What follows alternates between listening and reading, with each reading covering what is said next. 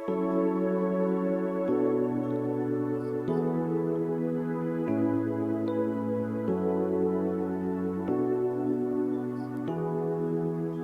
ៃមួយដែលនាងទៅឆ្ងាយទុកខ្ញុំឲ្យឈឺក្នុងចិត្តអូនឹងអារម្មណ៍ដូចមេឃភ្លៀងធ្លាក់ពេលយំមកដល់ខ្ញុំតែឯង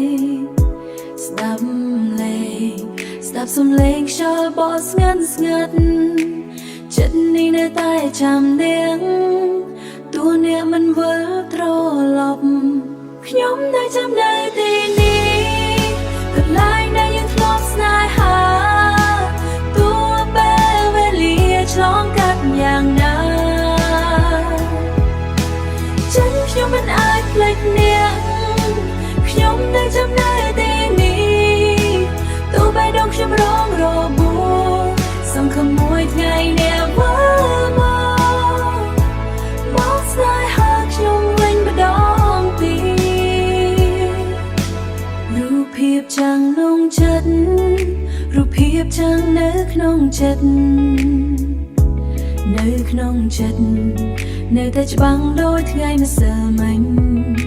ស្នេហាដែលធ្លាប់មានឥឡូវខ្លាចជាការចងមា